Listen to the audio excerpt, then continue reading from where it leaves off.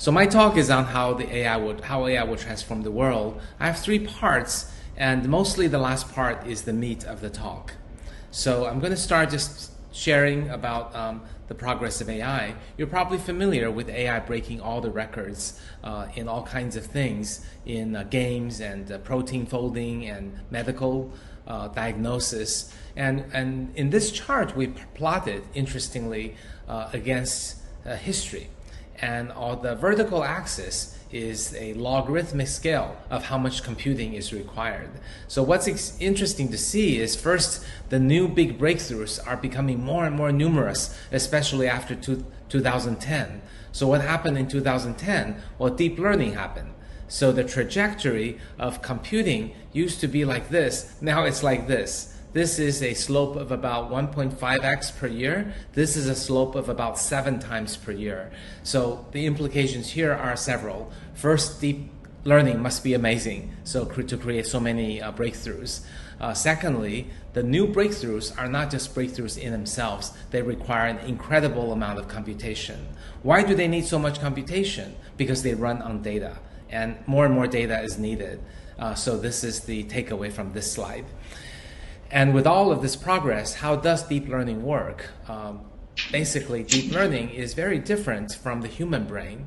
Our brain works actually very directly, conceptually, and rule-based manner, at least the way we think about it. We conceptualize matters, we analyze issues, and we think very quickly and jump thought to thought and make a decision. And it's usually a number of steps, not too many. But AI is very different. Early AI researchers tried to teach AI to think the way people do. Let's say you want to decide if you want to lend money to someone. A human might say, how much money do you make? And then if they make not enough money, then you ask, do you own your house? And so on and so forth. But AI doesn't work that way. AI takes all the data from all the people from the beginning, and then it analyzes of all the people and all the data we know about them, how many of them defaulted on the loan, how many of them paid back, and train what's called an objective function, which separates the good borrowers from the bad borrowers. And if you think about each person being represented by, let's say, 1,000 features like your annual salary, your address, whether you own a house, the profession you're in, what apps are on your phone, so on and so forth. So 1,000 features it knows about you. It correlates them with 1,000 features of, let's say, 10 million other people who borrow money. And then it creates a decision surface that is 1,000 dimensional.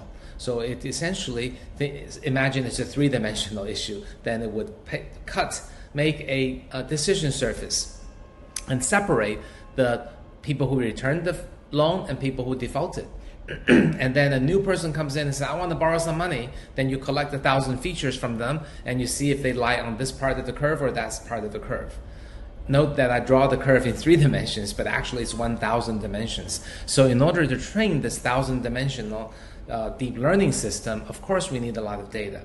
Then we can now go into the table and clearly see that because AI and humans reason very differently, AI will naturally require a huge amount of data, and it's amazing at its optimization ability. It can also do this thing called individualization, which means when you go to YouTube and you click and watch all the videos, and before you know it, 3 hours have elapsed. That's because YouTube has learned enough about you to show you the videos that will get you addicted watching one after another. But when I go, I may also be tricked to watch 3 hours, but I watch different videos. So the fact that it can hone in on each person and individualize is an amazing skill. However, there are some things people are very good at.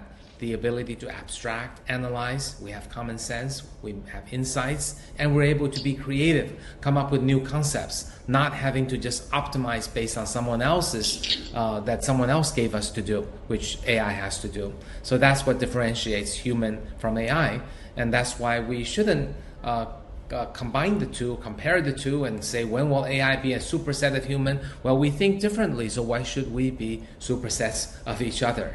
And AI will grow, more computation, more data, and people have ability to create and empathize. We are just different animals that think differently. So with AI, it really works only well when you have a huge amount of data with very good labeling in a small domain with a lot of compute power and some AI people to tweak it. So these things are required. And when these things are available, AI can do wonderful things. AI is an omni-use technology that can be applied to any domain that has a lot of data. And of course, with wave one, I categorize these into 4 waves. Wave one is internet AI. Who has the most data? Internet companies, of course. And they'll use that data to optimize and make money. And that AI is probably helping Google, Facebook, Amazon for half of their profit or something like that, because AI is so good at optimizing things for them in order to deliver more profit or click-through or videos watched. So who else has a lot of data? Well, the people you work with, the business community, the insurance companies and banks and investment companies, but also schools and governments have a lot of data. IRS has a lot of data. The DMV has a lot of data. So these are examples that data can be made for some purpose. Wave 3 is beginning to go into domains where maybe there isn't data. Data is transient. Data is things we see and we hear, and after we see them and hear them, they disappear. But why not record them and use them for the purpose of understanding and recognition? So, as I mentioned earlier, AI has gotten so good that it's better than people in image recognition, in speech recognition, and in increasing number of perception tasks. And in addition, AI can do more than see and hear. AI can have sensors attached, which will reconstruct 3D, sense humidity, temperature. These are things we humans cannot do. So it's fully to be expected that AI will exceed people by far in perception as well. In the 4th wave is one that's a little bit difficult right now, but AI will overcome, and that's in the area of our hands and our feet, the ability to move and manipulate. AI is a little bit clumsy right now, but getting better and better. Deep learning does apply to these areas, so we are seeing more and more autonomous vehicles and robots beginning to work as well. So these 4 waves, and underneath you see all the industries where AI is being adopted, and they will either disrupt or be infused in and enable capabilities for all these industries. In many cases, AI will be startups that try to disrupt a company or an industry. But in most cases, it is the traditional industry or the non-AI industry that will embrace AI and make use of AI and get value. So Sinovation has invested in a lot of companies in all kinds of aspects of the 4 waves of AI. These are some examples, screenshots in companies that we've invested in. And let me now talk quickly about the AI boom in China. My last book, not the book I'm talking about today, but my last book really is about the following 7 points. That AI is no longer rocket science. Engineers can use AI nowadays.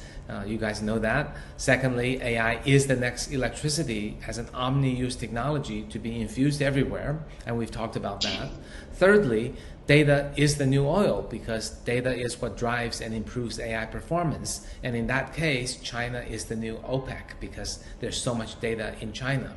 And because of so much data and engineering talent, China will co-lead AI with the US, which was a big surprise at the time this book, AI Superpowers, came out 3 years ago, but now I think people accept that.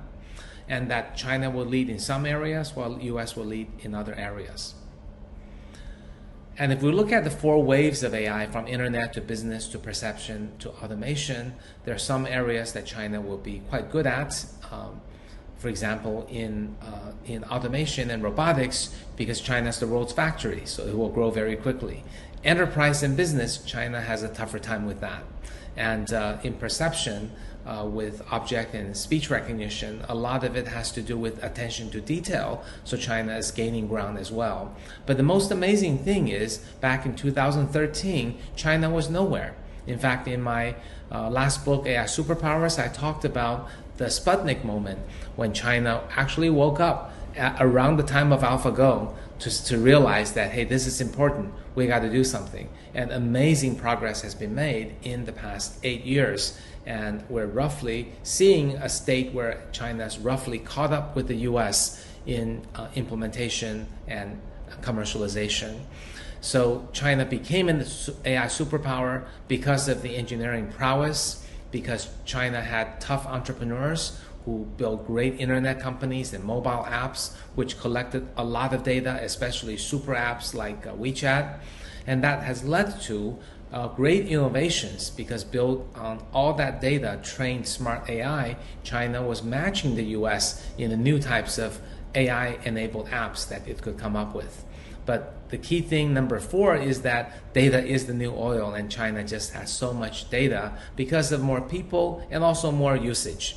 And China has a lot of funding in AI, and that's likely to increase given the geopolitical situation now. And finally, the Chinese government has been very supportive of developing AI. Despite the discussions about tech regulations, those are largely applicable only to large internet companies, and actually Chinese government is providing support for AI companies, which are among the top national priorities. And China has developed this new universe of great apps and really has become an AI superpower, as my book predicted. And we can see that China's R&D budget is growing very rapidly. Chinese academic papers are catching up with US and Europe. Although the top Nobel Turing Award recipients are still not yet coming out of China, but that will come in due time, because most of China's academics are still quite young, having just entered AI in the last maybe 10 or at most 20 years. And China is leading the world with a lot of investments and AI patents. I believe there will be 10 to 15 AI companies from China to go public in the next 12 months or so. And that's a lot of AI companies. And that, I think, is validation for my predictions in AI superpowers.